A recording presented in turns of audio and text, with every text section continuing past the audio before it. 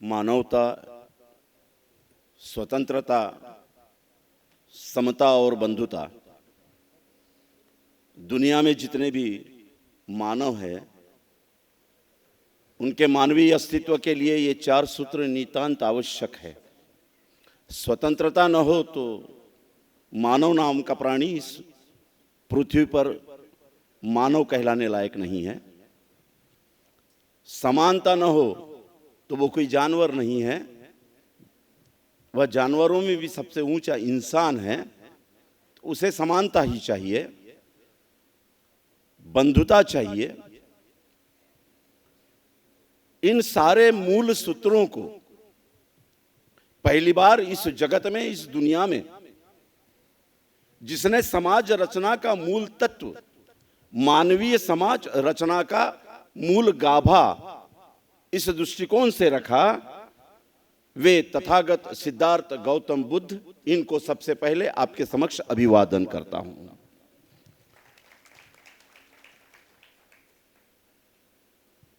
इस भारत में जिस संस्कृति का निर्माण हुआ है वो कोई आसमान से नहीं टपकी है, वो संस्कृति कोई जमीन से नहीं उगी है, वो संस्कृति हम सब ने मिलकर बनाई है। जो सर्वसमावेशक संस्कृति इस भारत में दिखाई देती है, जिसको अक्षुण्ण रखने के मूल सूत्र संविधान में आए हुए हैं, ये संस्कृति का निर्माण विविध धर्मों की अच्छे बातों की संस्कृति से मिलाप से, सामाजिक व्यवहार के आदान प्रदान से, स्थापत्य कला की आदान प्रदान से, कलाओं की आदान प्रदान से, भाषाओं की आदान प्रदान से, रीति रिवाजों की आदान प्रदान से, समानता के मूल्य के ऊपर में ये भारतीय संस्कृति खड़ी है। ये किसी के एक की बाप की मिल्कियत नहीं है, ये सामूहिक जन चेतना की भावना लेकर चलने वाली संस्कृति है। और जिसे इसने बनाया वे मध्य युग के तमाम समतावादी संत, तमाम समतावादी महापुरुष, तमाम समतावादी सूफी संत, इन सब लोगों को इस मंच से सलाम करता हूं, अभिवादन करता हूं, जय भीम कहता हूं उन सब लोगों को। महाराष्ट्र के ही नहीं अपितु तो पूरे भारत के स्वाभिमान, मान सम्मान के जनक, 18 पगड़ जातियों के राजा, स्वराज्य संस्थापक, सर्वधर्म प्रिय राजा, बहुजन नायक, हिंदवी स्वराज्य के संस्थापक छत्रपति शिवाजी महाराज को भी इस मंच से अभिवादन करता हूं, सलाम करता हूं, जय भीम करता हूं। बहुजनों के नायक, जिन्होंने पहली बार इस जड़वत व्यवस्था को हलाया, खुलेआम ग्रंथ पांडित्य को चैलेंज किया और ग्रंथों से निकलने वाली कठोर ऐसी धार्मिक व्यवस्था को जो संस्थात्मक रूप लिए हुए थी, उसे चिकित्सा के दहाने पे खड़े करके उसमें चिकित्सा के नए बीजारोपण किए, अपने कलम से पांडित्य और मक्तेदारी वाली ग्रंथ व्यवस्था की चीरफाड़ की और एक परंपरा इस देश में शिक्षा के खातिर, विचार विनिमय के खातिर जिन्होंने खुली की संघर्ष के बाद, वे हम सब बहुजनों के नेता, बहुजन नायक महात्मा ज्योतिबा फुले को इस मंच से अभिवादन करता हूं, सलाम करता हूं, जय भीम कहता हूं। महानायिका सावित्रीबाई फुले, फातिमा शेख, भाई उस्मान शेख, इन्हें भी इस मंच से मैं सलाम करता हूं। एक छोटी सी कविता है सावित्रीबाई फुले की, जिसमें वे कहती हैं कि न होते गफ्फार मुंशी बेग और लिजिट साहब, सुनिएगा, सावित्रीबाई फुले की कविता है और वे कहते हैं कि न होते गफ्फार मुंशी बेग और लिजिट साहब तो ज्योतिबा महात्मा ज्योतिबा न बनते। क्या है इसका अर्थ?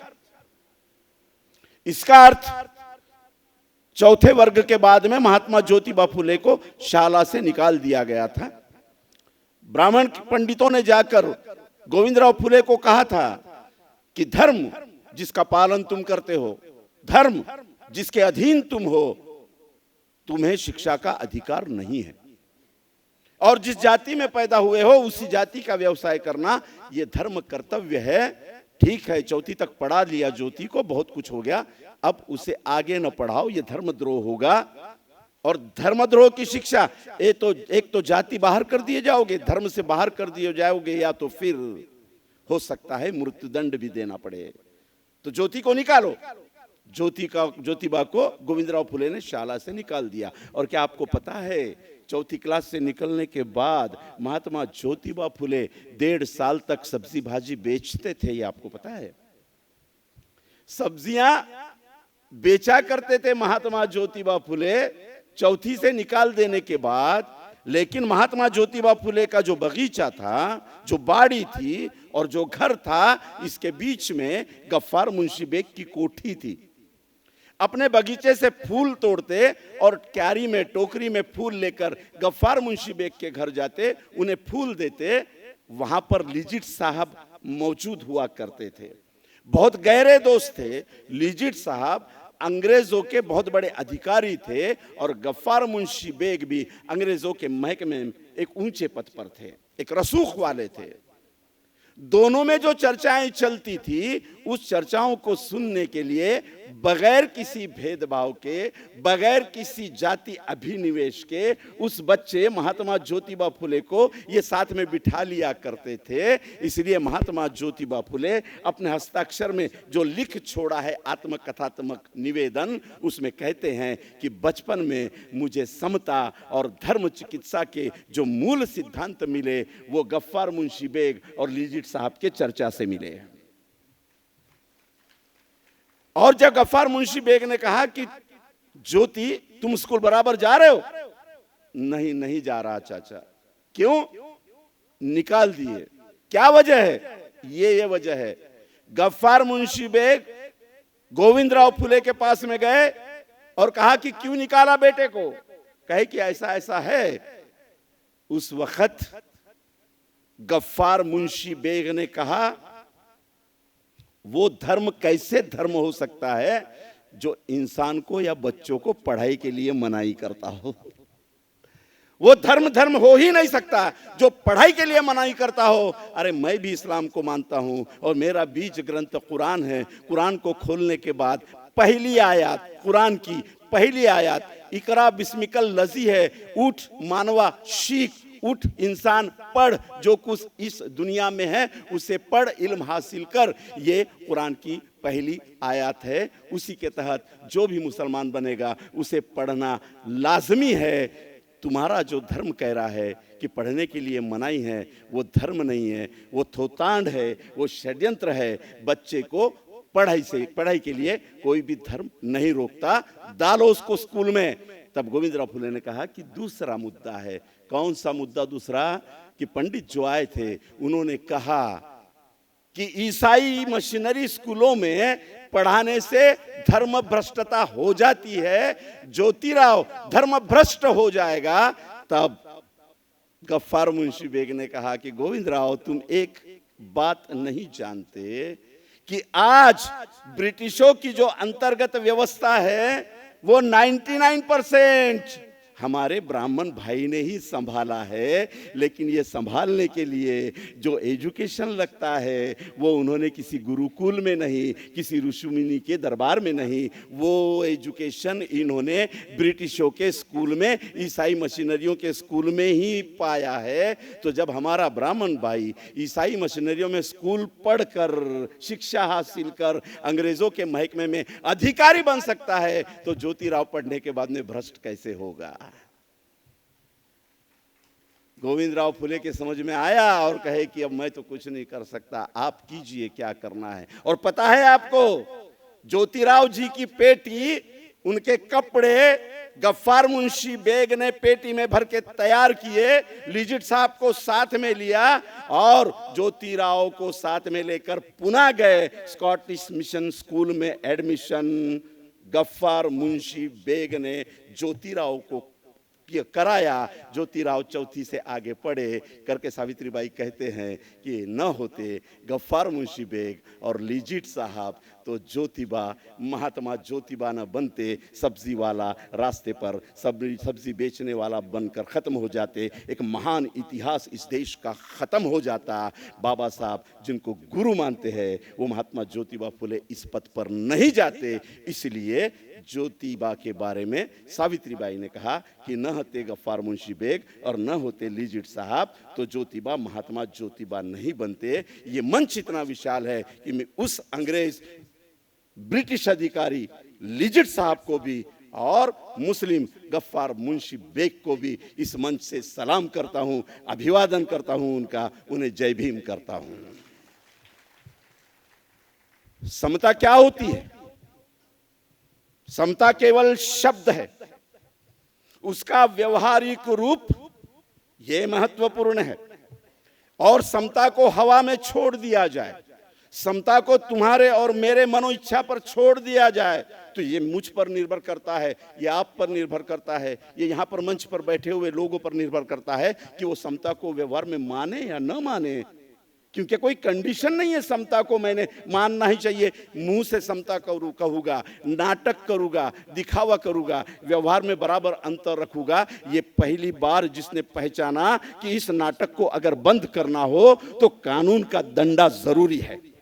बगैर कानून के समता स्थापित हो नहीं सकती, क्योंकि विषमता के लिए कानून बनाए मनुस्मृति में, इसलिए विषमता समाज मान्य हो गई क्योंकि वो कानून था। और अगर समता को स्थापित करना हो तो वैसा ही कानून जरूरी है। ये पहली बार जिसने पहचाना और इस देश के, इस समाज के तमाम पिछड़े वर्ग के लोगों को, चाहे उनका धर्म कोई भी हो, 1902 में 50% आरक्षण देकर शासन प्रशासन से लेके सभी नीतियों में जिन्होंने समान अधिकार दिया, वे आरक्षण के जनक छत्रपति शाहू महाराज को इस मंच से अभिवादन करता हूं, जय भीम करता हूं, उन्हें सलाम करता हूं। अरे कुठं होता राष्ट्र नावाचा तुमचा राष्ट्र? फुकनाड मारता तुम्ही। स्वातंत्र्यापूर्वी 162 रियासतीमध्ये विभागलेला हा देश, 165 राज्य होते या देशामध्ये,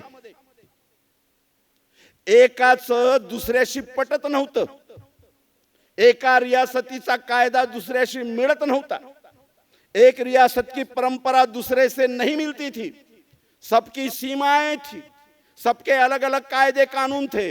कहां था राष्ट्र तुम्हारा? इन पूरे 162 रियासतियों के खत्म कर।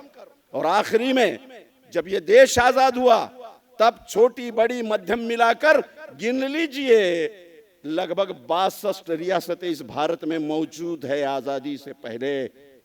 इन 62 रियासती को खालसा कर, इस देश को अखंड चित्र में प्रतिपादित कर, जिन्होंने सुंदर भारत नाम दिया और इस भारत की अखंडता टिकाने के लिए न्याय, स्वतंत्र, समता, बंधुता पर जिसने चलाने की संहिता दी, कानून का ढांचा दिया, वे संविधान निर्माता जिन्होंने भारत की स्थापना की, उस संविधान निर्माता महासूर्य, प्रज्ञा सूर्य डॉक्टर बाबा साहब आंबेडकर जी को इस मंच से अभिवादन करता हूं, सलाम करता हूं, जय भीम करता हूं। महात्मा गांधी जी से और प्रबोधन विचार मंच और युवा मंच के तमाम साथी जिन्होंने बड़ी मेहनत से इस प्रबोधन मंच का आयोजन किया, प्रोग्राम का आयोजन किया, वे तमाम साथी, उन सब लोगों को मैं धन्यवाद देता हूं कि हमने अपनी परंपरा को जीवित रखा है। एक बात मुझे याद आ रही है, ईसादास जी, भंडारा में मैं भाषण में था, मुझसे पहले हमारे एक साथी गए। होता है कभी कभी, साथी बड़े गुस्से में थे, वो कह रहे थे आम्ही काय ठेका घेतलाय काय। मैंने कई भाषणों में ये अपना उदाहरण दिया, मुझे आज भी देना होता है, क्योंकि जब मैं अंदर चर्चा के लिए बैठा था तो हमारे साथी कह रहे थे, विपुल जी, कि सर ऐसे ऐसे संकटों से हमको जाना पड़ता है, चंदे के लिए संकट आते हैं और लोग डिमोरलाइज भी करते हैं कि भाई क्या होगा इससे, अपना देखो वगैरह वगैरह। तो मुझे भंडारा की वो केस याद आ रही है कि मुझसे पहले जो भाषण देने के लिए गए वे बड़े गुस्से में थे, शायद हो सकता है उनका गुस्सा जायज भी हो।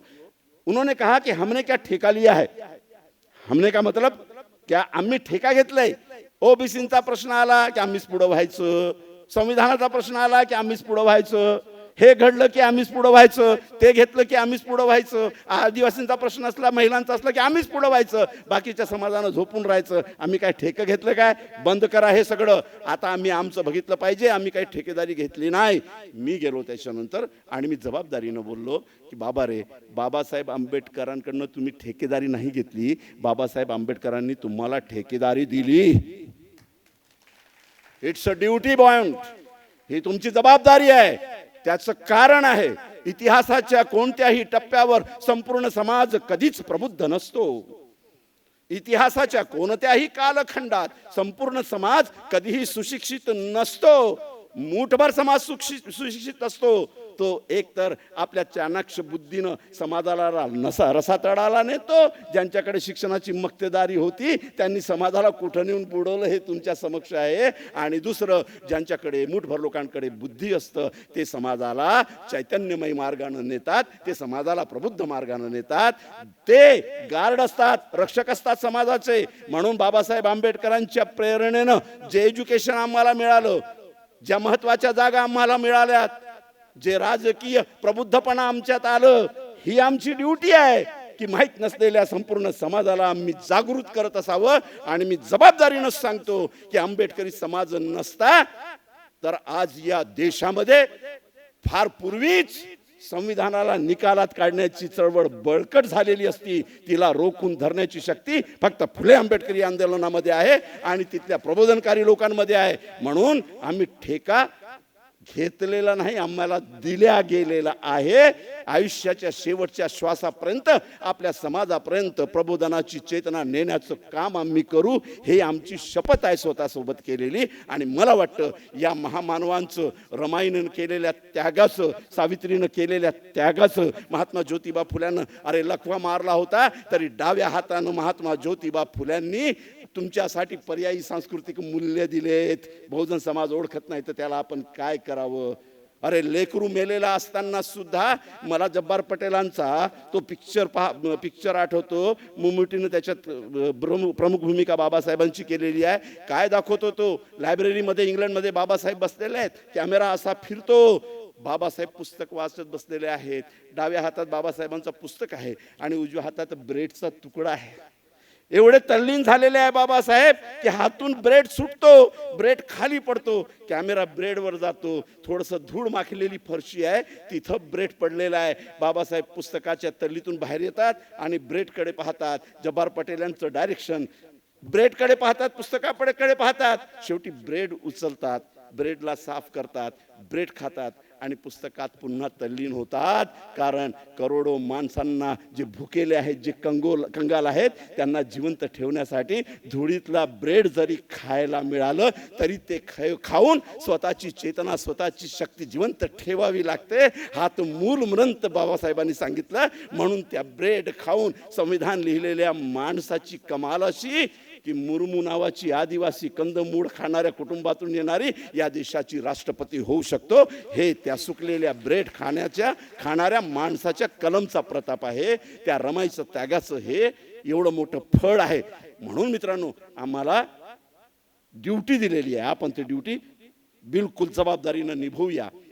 महात्मा गांधींशी चर्चा झाली. दोन्ही भाषेत तुम्हाला समजताय ना व्यवस्थित? काही प्रॉब्लेम नाही जात आहे ना? मराठी आणि हिंदी? हा, ओके.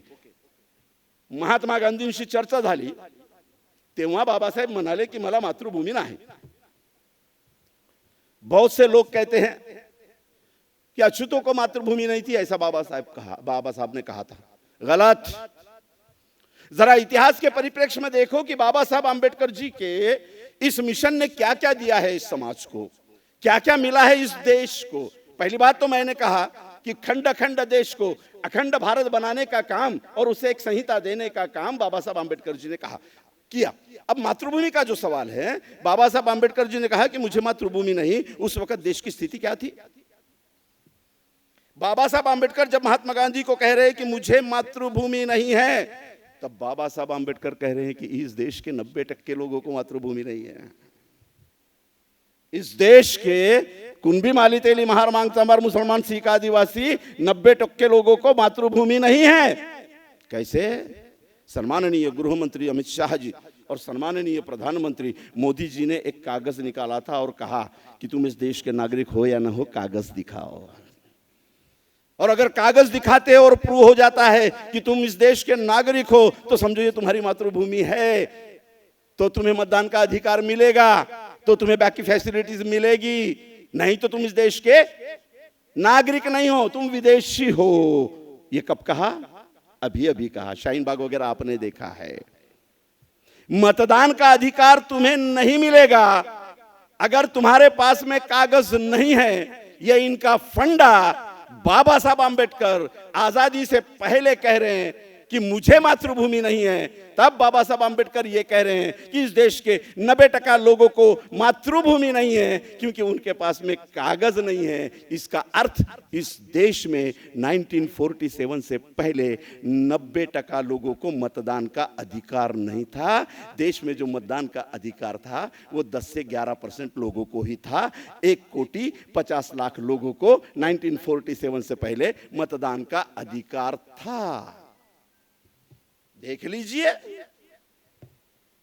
लीजिए कि आजादी से पहले इस देश में केवल 1,50,00,000 यानी 10 से 11% लोगों को मतदान का अधिकार था। यही लोग सरकार बना सकते थे, यही लोग संसद के सांसद चुन सकते थे, यही लोग विधायिका बना सकते थे, यही लोग लॉ एंड जुडिशरी, यही लोग पुलिस मशीनरी, यही लोग सिविल मशीनरी चला सकते थे क्योंकि मतदान का अधिकार केवल 11% लोगों को था और वही तो इस देश के मालिक थे। बाकी 90% लोग तो गुलाम थे। जिसके पास में मतदान का अधिकार नहीं उसे मातृभूमि नहीं। तो बाबा साहब आंबेडकर बड़ी प्रेक्षण में कह रहे थे कि 90% लोगों को मातृभूमि नहीं है। एडल्ट फ्रेंचाइज में लड़ झगड़ करके मतदान का अधिकार तुम्हें देकर, ऐ कुंभी माली तेली महार मांग मुसलमानों, बाबा साहब आंबेडकर ने तुम्हें भारत नाम की मातृभूमि दी है।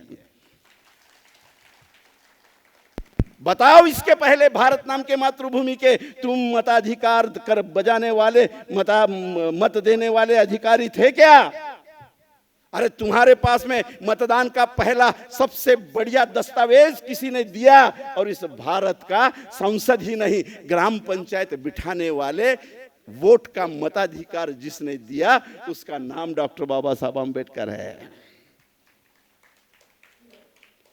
आज जो तुम्हारा राजकीय प्रतिनिधित्व दिख रहा है वो राजकीय प्रतिनिधित्व पूरे लिस्ट लिख लो आप, क्रोनोलाइज वाइज भारत के नेताओं के नाम लिख लो।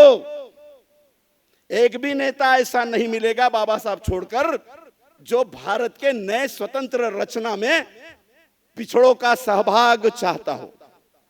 कोई भी नहीं। सब हवा में बात कह रहे थे।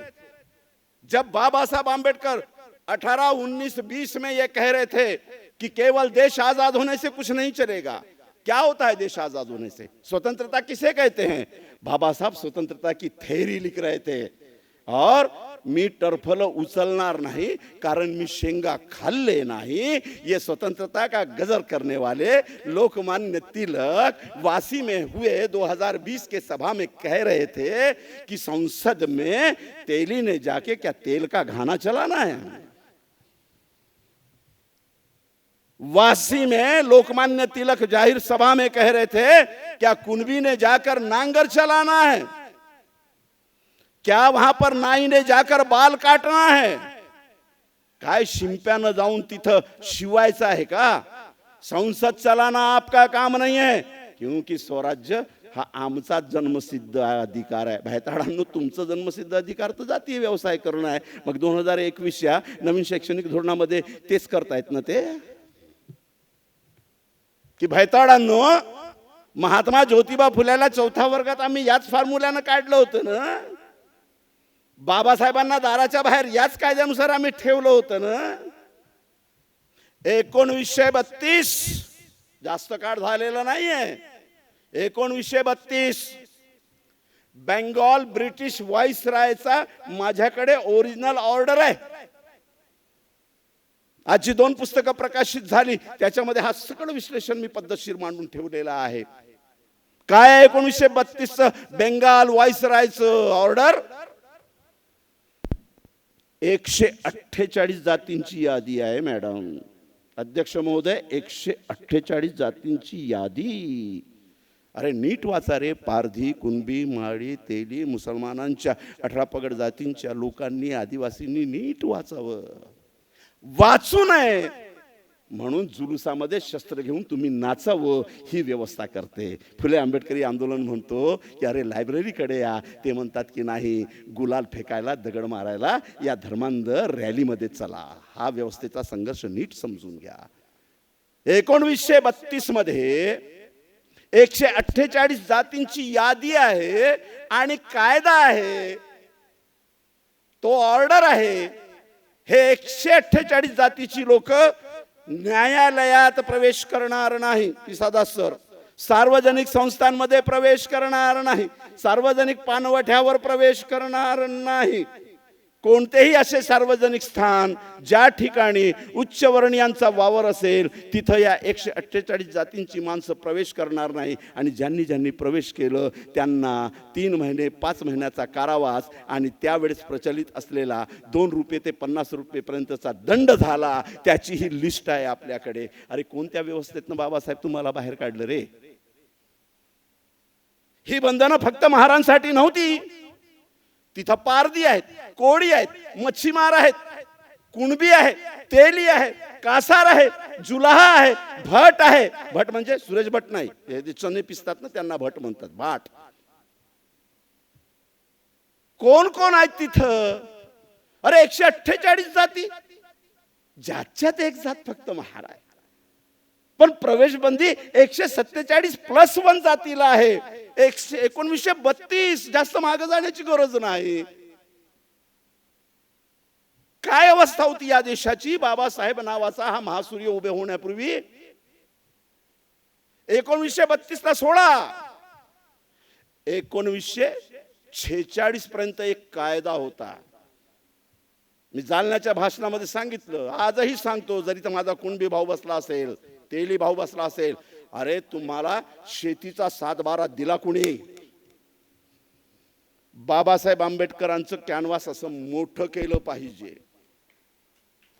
फक्त आमचा बाबासाहेब, आमचा बाबासाहेब म्हणून आपणही आमचा करतो. ब्राह्मणी व्यवस्थेला हाच पाहिजे की हा फक्त मूठभर लोकांचा बाबासाहेब झाला पाहिजे. अरे बाबासाहेब ज्या दिवशी संविधान लिहायला बसले त्या दिवशी ते महार नव्हते. ज्या दिवशी बाबासाहेब संविधान लिहायला बसले त्या दिवशी ते हिंदूही नव्हते, त्या दिवशी ते मुस्लिम, शीख तर मुळीच नव्हते, त्या दिवशी कोणत्याही जातीचे नव्हते, पातीचे नव्हते. अरे ज्या दिवशी बाबासाहेब संविधान लिहायला बसले त्या दिवशी बाबासाहेब या देशातील 90% शोषित वर्गाचे पिता तुल्य नेतृत्व म्हणून जबाबदारी घेतलेले महामानव होते.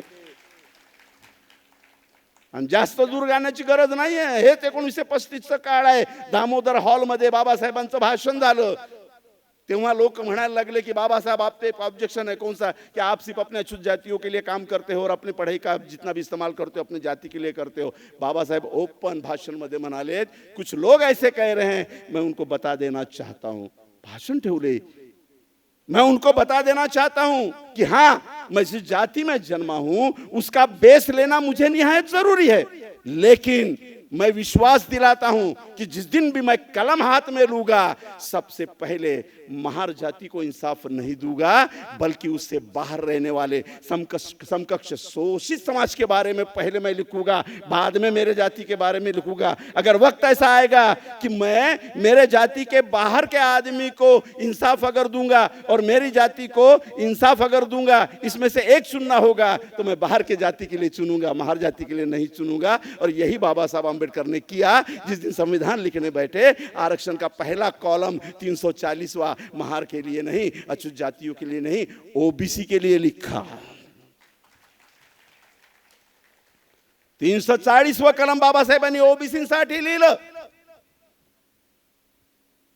और कितना बड़ा हृदय बाबा साहब आंबेडकर का. हम मुस्लिम ओबीसी में आते हैं. 1990 से लेकर 1995 तक हमने आंदोलन चलाया. हमारे सहकारी थे बापू अंसारी वगैरह, यहाँ से चंद्रपुर से सबसे ज्यादा गाड़ियां निकलती थी. हमने वो रिजर्वेशन ले आया 1995 में.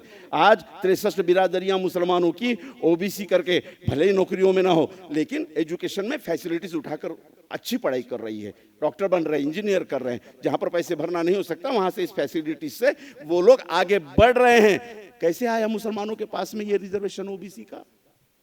कौन से पंडित ने लिखा, कौन से धर्म ग्रंथ ने लिखा? अरे जिस व्यवस्था से लड़ना था, इस व्यवस्था में अपॉइंट देने वाला जातिवादी और वर्णवादी वाला, पेपर निकालने वाला जातिवादी और वर्णवादी वाला, आपका सीआर लिखने वाला वर्णवादी जातिवादी वाला, आपको सस्पेंड करने वाला, आपका सब कुछ भला बुरा करने वाला जाति वाला और वंश वाला, वर्ण वाला। ये व्यवस्था में आरक्षण के सिवाय पर्याय नहीं है। कोई दामाद नहीं बनाता है आरक्षण। आरक्षण प्रतिनिधित्व और जिम्मेदारी की सिक्योरिटी भरा एक रास्ता देता है, जिसमें जाकर अपनी जिम्मेदारी और सहभागिता और प्रतिनिधित्व हम पा सकते हैं।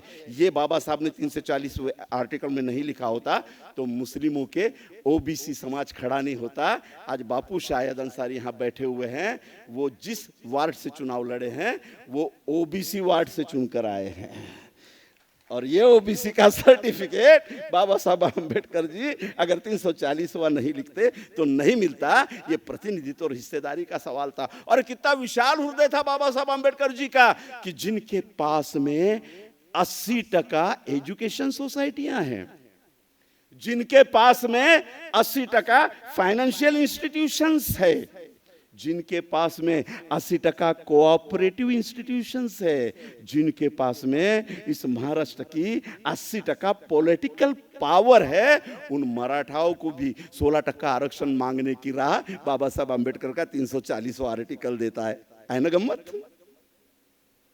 उस मराठा समाज को भी, जिनके पास में इतने 80% पावर है, वो भी जब रिजर्वेशन मांगते हैं तो गोलवरकर और सावरकर के नाम से तो नहीं मांग सकते आप।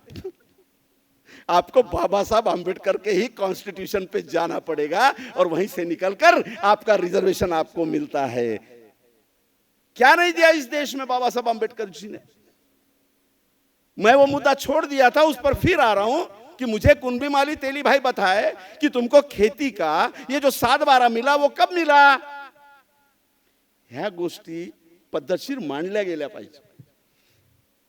आणि ब्राह्मणी व्यवस्थेनं बाबासाहेबांच्या भोवती जो चुकीचा वलय निर्माण केलेला आहे, त्याला विविध जाती धर्मातील माणसं अभ्यास करून उभं करून त्यांना मंचावर आणणं आज नितांत आवश्यकता इथपर्यंत लढाई आलेली आहे। क्योंकि ये ब्राह्मणी व्यवस्था जानती है, ये ब्राह्मणी हिंदुत्व वाले जो इस संविधान के विरोध में काम कर रहे हैं वो जानते हैं कि हमारे लिए दो ही लोग इस दुनिया में खतरा है। कौन? एक फुले और दूसरा अंबेडकर। बस इस फुले अंबेडकर को न्यूट्रलाइज कर दिया तो बाकी सब मामला हमारे अंडर में है। और वो जानते हैं कि इनको न्यूट्रलाइज करना इतना आसान नहीं है, क्योंकि बाबा साहब और फुले ने इतना चार्ज कर दिया है लोगों को कि बड़े बड़े बैटरियां फुल चार्ज होके मार्केट में है। इसलिए इस विचारधारा को न्यूट्रलाइज करना इतना आसान नहीं है। क्या नहीं दिया बाबा साहब अम्बेडकर जी ने? ब्रिटिशों का कानून है, 1920 का निकालिए, 1935 का निकालिए।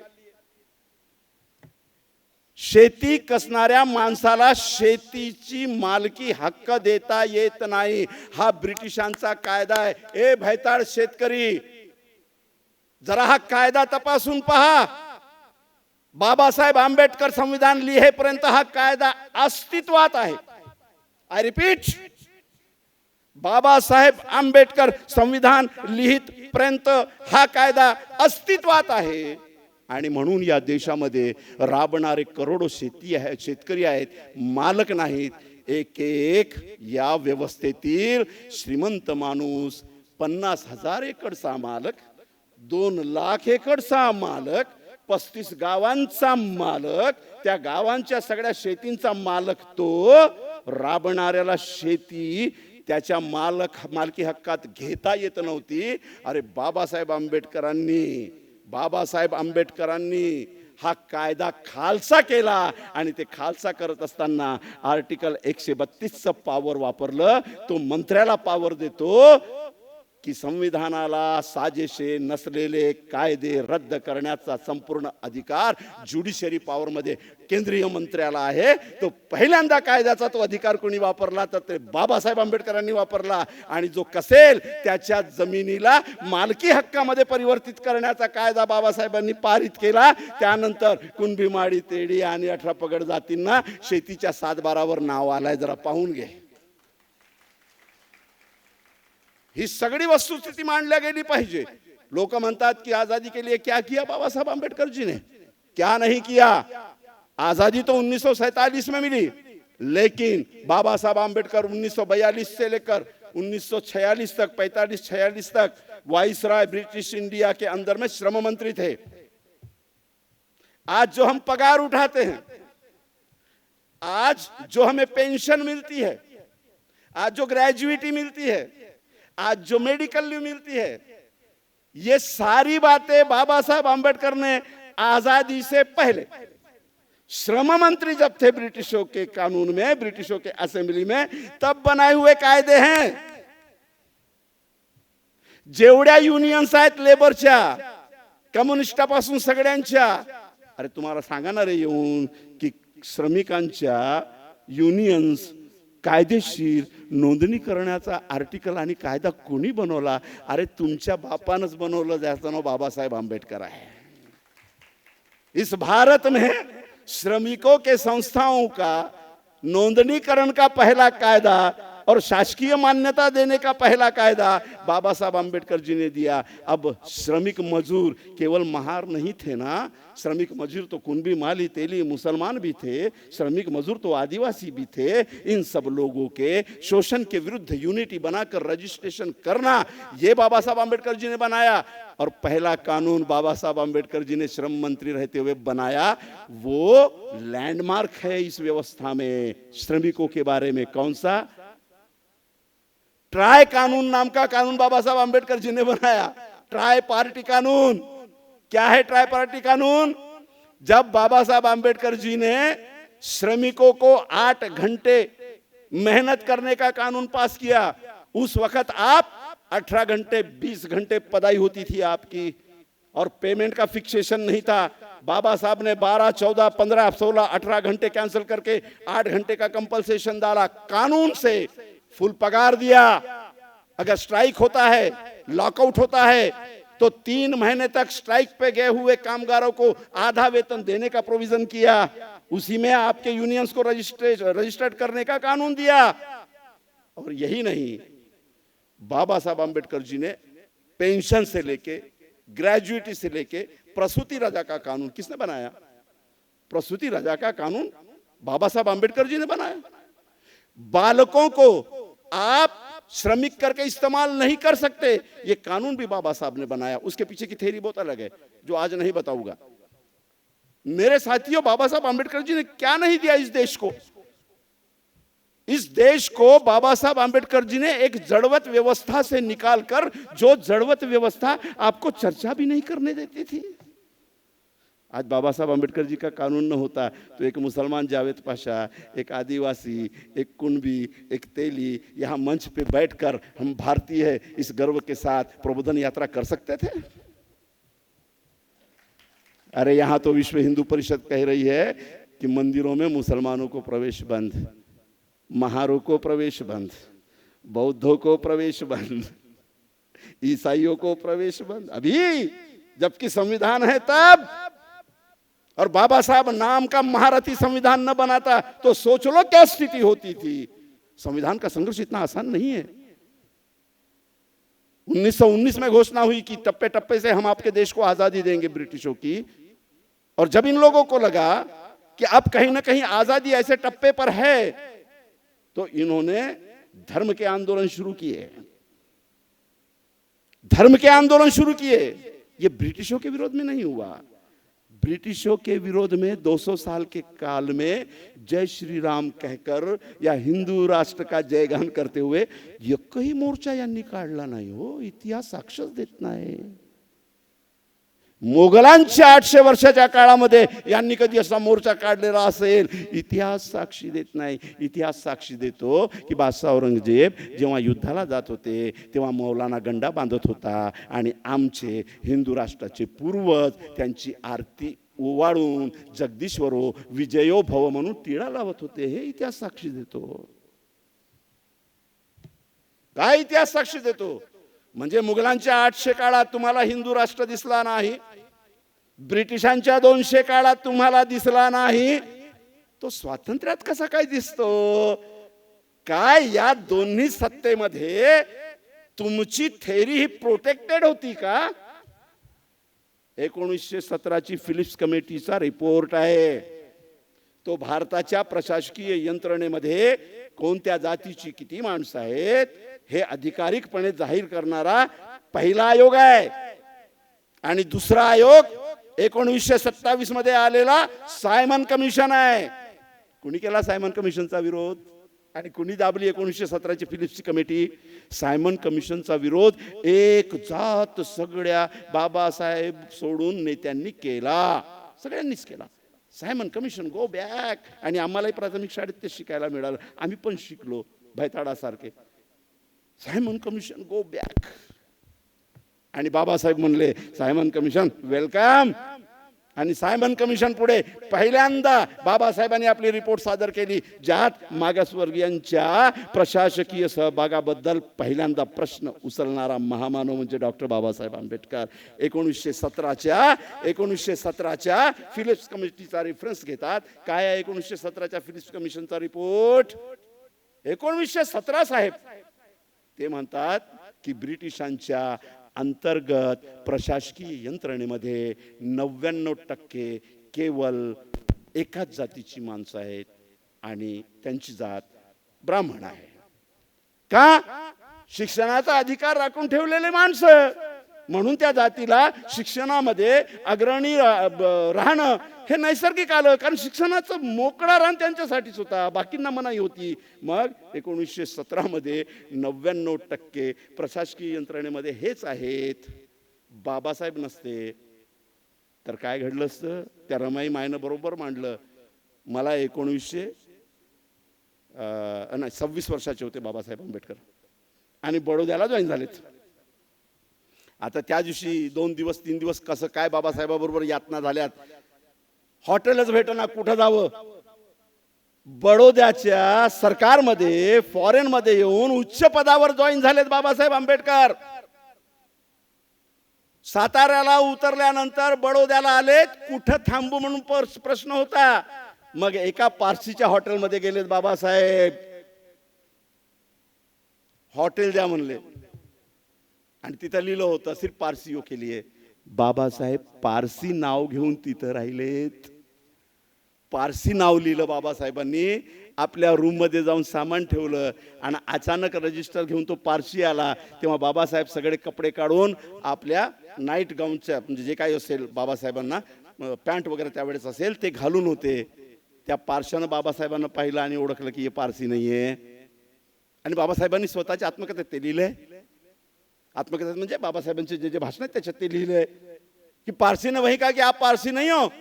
मैंने उनको कहा कि मैं इतना बड़ा पढ़ा लिखा हूँ, मैं बार एट लॉ हूँ, आप मुझे चंद दिन यहाँ रहने दो, मेरी व्यवस्था हो रही है, मैं ज्वाइन हो जाता हूँ, मुझे बंगला मिलेगा, मैं जाऊँगा. और मैंने उन्हें ज़्यादा पैसे देने का लालच दिया. तो पारसी ने कहा कि आपने किसी को बताना नहीं कि आप पारसी नहीं हैं, मैं आपको यहाँ रहने देता हूँ. बाबासाहेब तिथं थांबलेत.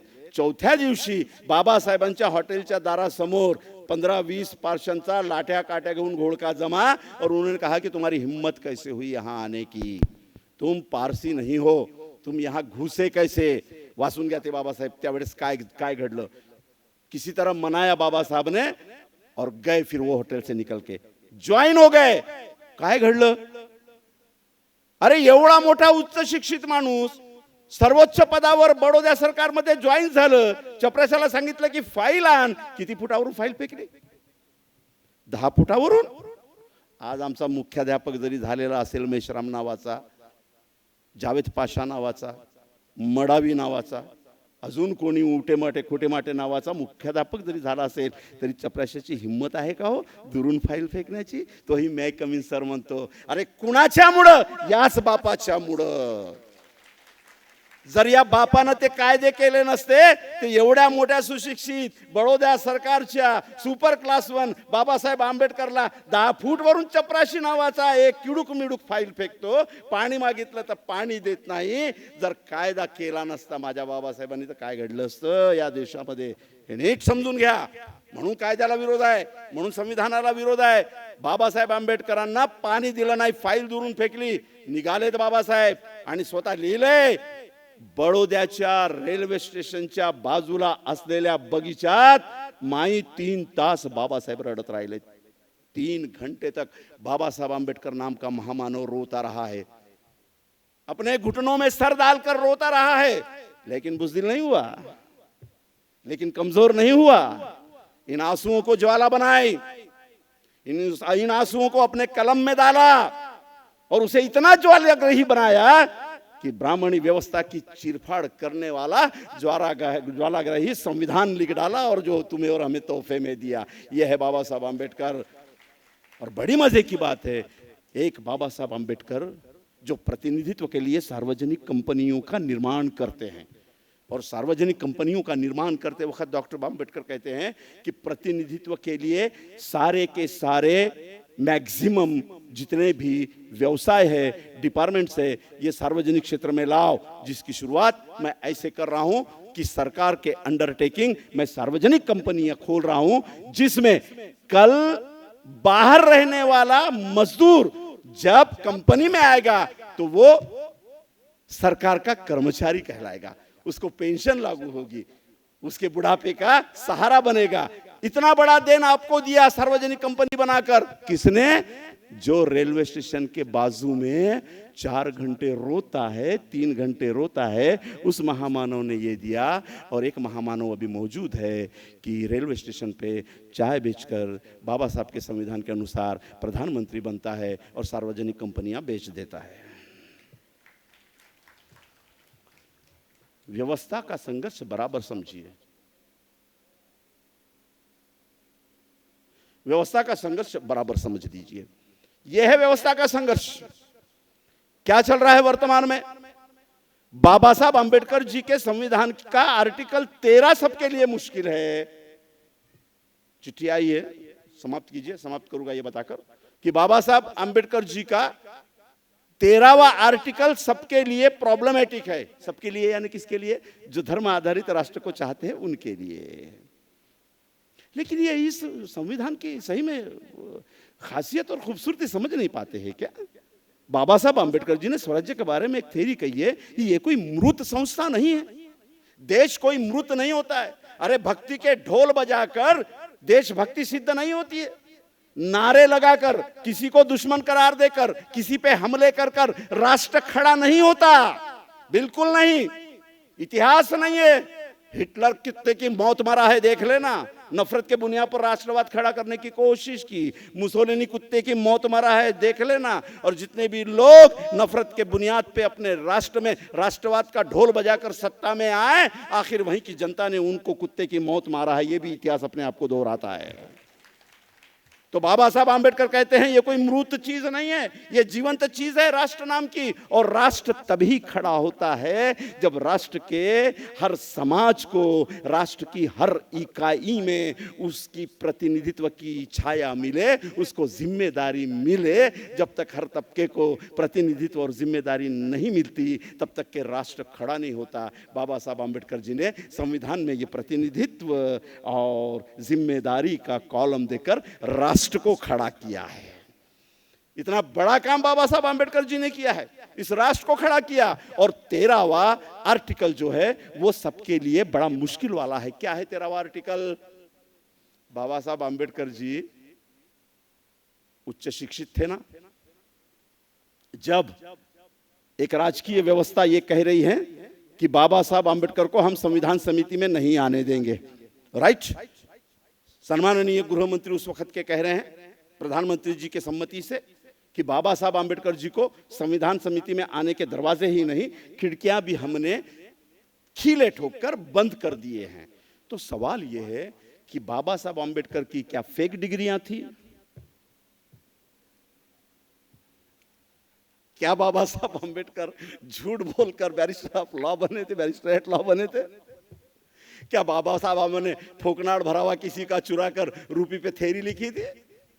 अरे उसी पे तो रिजर्व बैंक बना जहां से हम सब पेमेंट उठाते. और भारत का रेवेन्यू जनरेशन का जो सिस्टम है वो रिजर्व बैंक के गाइडेंस में जो शुरू हुआ वो तो बाबा साहब की थ्योरी है. अगर बाबा साहब की थ्योरी न होती तो क्या तिरुपति के बैंक से ये निकलता?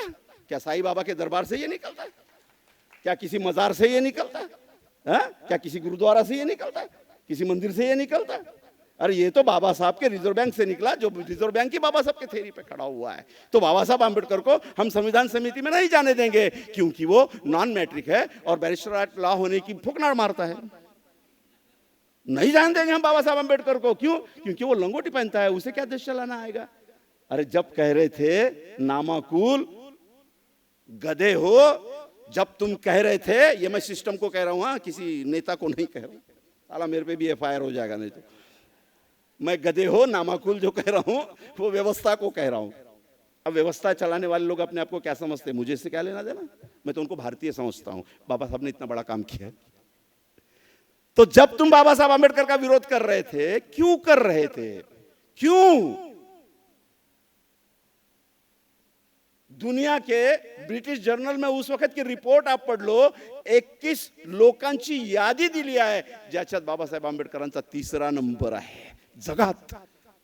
त्यावेळेस तुम्ही बाबासाहेब आंबेडकरांचा विरोध करत होता की हे संविधान समितीमध्ये नाही जायला पाहिजे, नाही जायला पाहिजे, आणि तुम्ही नाही जाऊ दिलं। फिर बाबा साहब आंबेडकर बंगाल से लड़े, योगेंद्र मंडल ने अपनी जगह खाली की, वहां से चुनकर आए बाबा साहब आंबेडकर, और दोनों 43% मुस्लिम है वहां पे, 43%, और नमो शूद्र, दोनों ने मिलकर बाबा साहब आंबेडकर जी को चुनकर दिया। बाबा साहब आंबेडकर जी 1946 में संविधान समिति में आ गए। 1946 इतना सारा बंदोबस्त किया जी, प्रधानमंत्री से लेके गृह मंत्री से लेके सभी ने ताकत लगा दी, फिर भी बाबा साहब आंबेडकर चुनकर आ गए। व्यवस्था के सामने सबसे बड़ा चैलेंज यही था कि जो आदमी संविधान समिति में आ रहा है, ही इज वेरी डेंजरस। वो ऐसे ऐसे कानून बनाएगा, हमारी तो लुटिया ही डुबो देगा। और वही किया बाबा साहब आंबेडकर ने। क्या किया इन लोगों ने बदमाशी? 46 में बाबा साहब आंबेडकर पदसिद्ध संसद चुनकर, पदसिद्ध अधिकारी बनकर संसदीय मार्ग से संविधान समिति में आ रहे हैं। 1947 में पाकिस्तान का विभाजन हुआ और पाकिस्तान ने कभी नहीं मांगा था। पाकिस्तान का ओरिजिनल डिवाइडेशन यानी पार्टीशन का नक्शा अवेलेबल है, नेट पर देख लीजिए। उसमें बाबा साहब आंबेडकर जहां से चुनकर आए वो कॉन्स्टिट्यूएंसी नहीं है, पाकिस्तान ने मांगा भी नहीं था। फिर क्या हुआ कि तुमने बाबा साहब आंबेडकर जहां से चुनकर आए वो पूरी क्या पूरी कॉन्स्टिट्यूएंसी, वो पूरा का पूरा इलाका पाकिस्तान को दे दिया। क्यों? क्या तुम ये महामानव को सार्वजनिक चुनाव में पराजित नहीं कर सके तो तुमने षड्यंत्र से उन्हें पराजित किया और वो इलाका पाकिस्तान को दे दिया। बाबा साहब आंबेडकर जी का संविधान समिति का पद जाता रहा, क्योंकि जहां से चुनकर आए वो इलाका ही भारत में नहीं रहा। अभी अभी बैरिस्टर जिन्ना के बहुत सारे रायटिंग अँड स्पीचेस मार्केट में आए हैं। तर अभ्यास मोठा ठेवला की मोठं सुंदर जातं आपल्याला मांडणीला, आवा का मोठा करता येतो।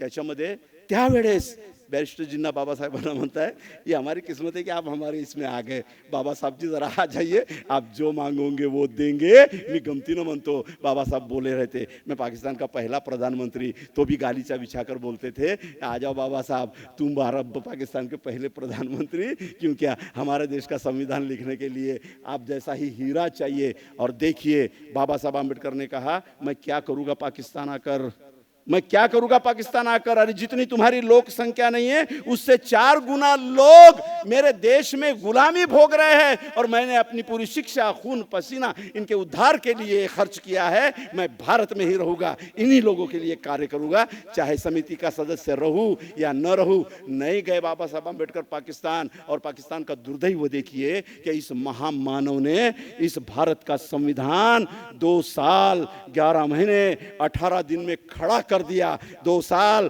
11 महीने 18 दिन में भारत के प्रजातंत्र को, प्रजातंत्र के डॉक्यूमेंट के संविधान को बाबा साहब आंबेडकर ने खड़ा कर दिया। पाकिस्तान में 11 साल तक संविधान नहीं बना।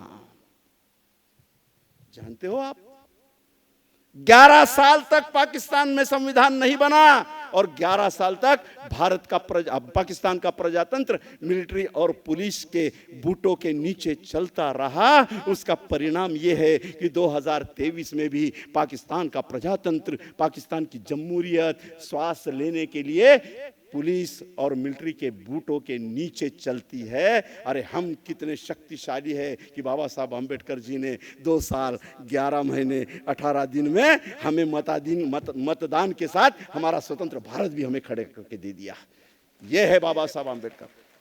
समझना चाहिए सारे लोगों ने कि क्या किया है बाबा साहब आंबेडकर ने।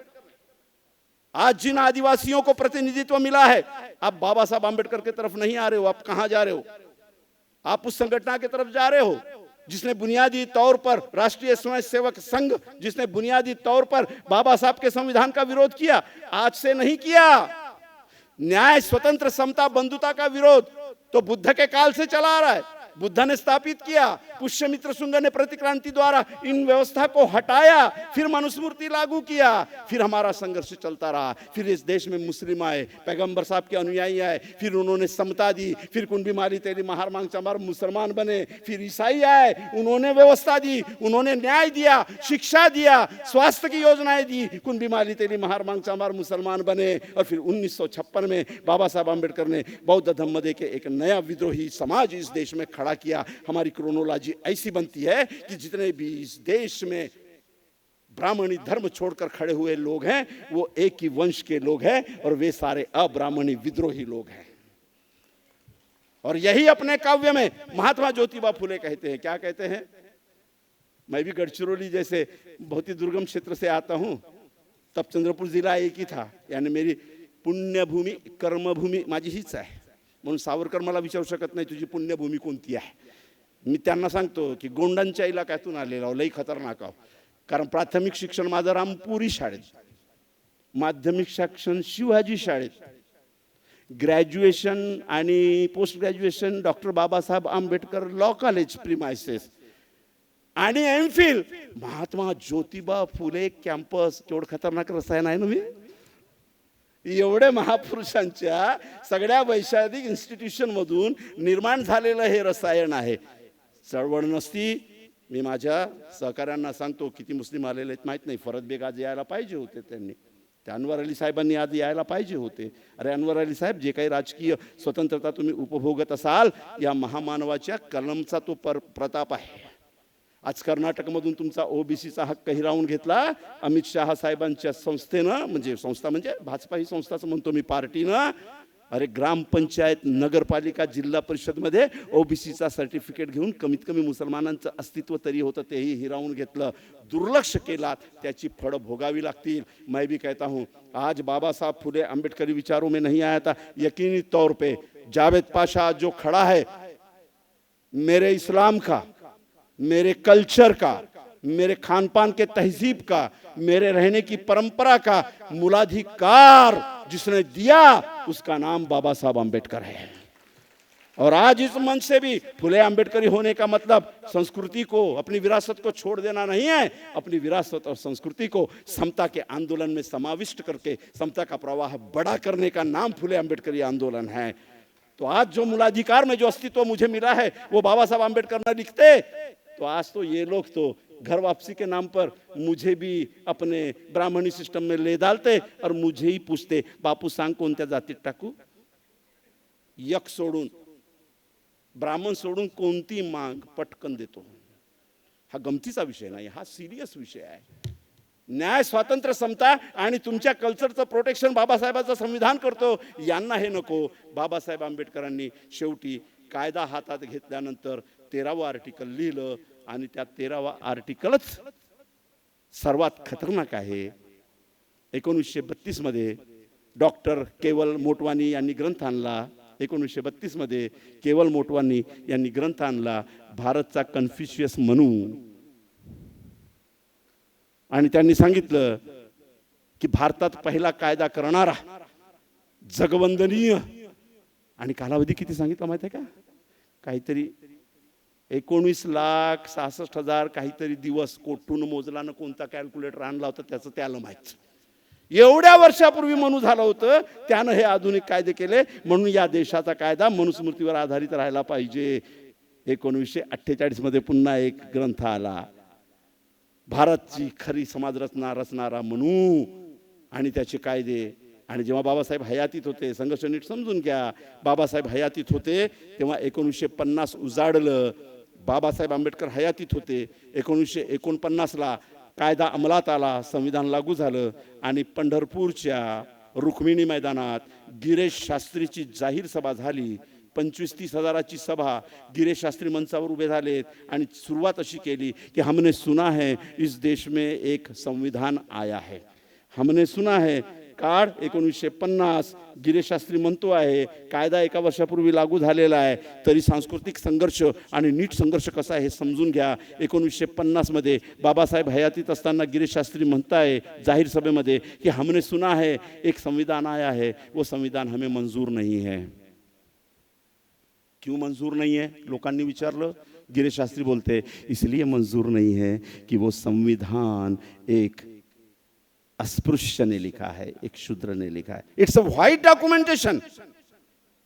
ये कोई फोकनाड़ नहीं है, वो भाषण रिकॉर्डेड है 1950 का. गिरीश शास्त्री कह रहे कि ये संविधान हमें इसलिए मंजूर नहीं है कि एक शूद्र ने लिखा है, अस्पृश्य ने लिखा है. लोग कहते हैं, पत्रकार कहते हैं कि क्या आप डॉक्टर बाबा साहब आंबेडकर को जानते हैं, मिले हैं, कभी मुलाकात हुई है? नहीं. क्या उनके बुद्धिमत्ता के बारे में जानते हो? हमें जरूरत नाही है.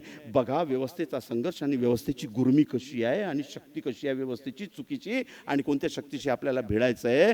गिरीश शास्त्री कह रहे हैं मुझे जरूरत नहीं है अंबेडकर से मिलने की, क्योंकि जिस तरह गडर में से बहकर आने वाला दूध अपवित्र हो जाता है, उसी तरह हम अंबेडकर को देखते हैं, उनका संविधान मंजूर नहीं है. और क्यों माने? क्योंकि हमारे पास में पहले से एक संविधान अस्तित्व में है जिसके ऊपर भारत की संस्कृति खड़ी है. उसका नाम है मनु संहिता. नीट संघर्ष लक्षात घ्या. शिक्षणाचं खाजगीकरणापासून मुसलमानांवर होणारे हल्ले हे संविधानाच्या पर्यायी एक वेगळी व्यवस्था उभं करण्याचा षड्यंत्र आहे आणि ते त्याच्यात सफल होत आहेत. इसमें हम सब 18 पगड़ जातियों के लोगों की जिम्मेदारी हम लोगों ने पहचानना जरूरी है. जो कुछ मैंने लिखा आज बोला उसका बहुत विस्तृत विश्लेषण मैंने ये 2 किताबों में किया है. एक फुले शाहू गांधी अंबेडकर का ब्राह्मणी राष्ट्रवाद से संघर्ष. कुछ लोगों ने मेरे इस पे कमेंट्स किए कि गांधी कैसे क्या. मतलब पहले पढ़ तो लो, बाद में चर्चा करेंगे ना. महात्मा गांधी और डॉक्टर बाबा साहेब अंबेडकर इनके वैचारिक मतभेद थे ही थे, उसके बारे में कोई कॉम्प्रोमाइज नहीं है. लेकिन पॉलिटिकल पावर को कब और कैसा इस्तेमाल करना पड़ता है ये भी जानकारी अगर लेना है आपको तो बाबा साहब के पॉलिटिकल मूवमेंट से तुम ले सकते हो. जब तक के पुनः करार नहीं हुआ, ठीक है, स्वतंत्र निवडणूक निर्वाचन क्षेत्र का मुद्दा हमसे गया होगा, लेकिन बाबा साहब ने उस स्थिति में भी अपनी राजनैतिक दृढ़ता और राजनैतिक चालाकी का कैसा इस्तेमाल किया कि महात्मा गांधी से पुनः करार होने से पहले केवल 47 जगह आरक्षित थी. कितने? 47. बाबा साहब ने क्या कहा कि करार करूंगा. 200 जगह देते हो क्या? बोलो. कॉम्प्रोमाइज होते होते 157 आरक्षित जगह पे बाबा साहब आंबेडकर ने कॉम्प्रोमाइज किया. और महात्मा गांधी को मारने वाला गोड से कहता है कि हमने जिनको पैरों के पास में रखा था ऐसे लोगों को सत्ता में भागीदारी बनाने का महापाप गांधी ने किया है, इसलिए हम गांधी को मारते हैं. वैचारिक मतभेद बाबासाहेब आणि महात्मा गांधींचे होते, त्या विषयाबद्दल कॉम्प्रोमाइज नाही. और जरा उनका हिंदवी स्वराज्य पढ़ना, इसमें पूरा एक चैप्टर महात्मा गांधी ने राम पर लिखा हुआ है और संघ के राम का वो निषेध करते हैं. वो कहते हैं कि संघ जिस राम का इस्तेमाल कर रहे हैं और हिंसक बनाकर जिस राम को उतार रहे हैं वो देश के लिए खतरा है. मैं ऐसे संघी राम का और संघ का निषेध करता हूं. उगीच महात्मा गांधींनी पेड़े वाटले म्हणून मारलं नाही. मारने के पीछे एक लंबा इतिहास भी है. उसको जब तक फुले आंबेडकरी आंदोलन के वक्तृत्व वाले लोग पढ़ेंगे नहीं तो आप बाबा साहब आंबेडकर का कैनवास कैसे बढ़ाओगे? अरे वो लोग तो बाबा साहब को भी इस्तेमाल कर लेते हैं.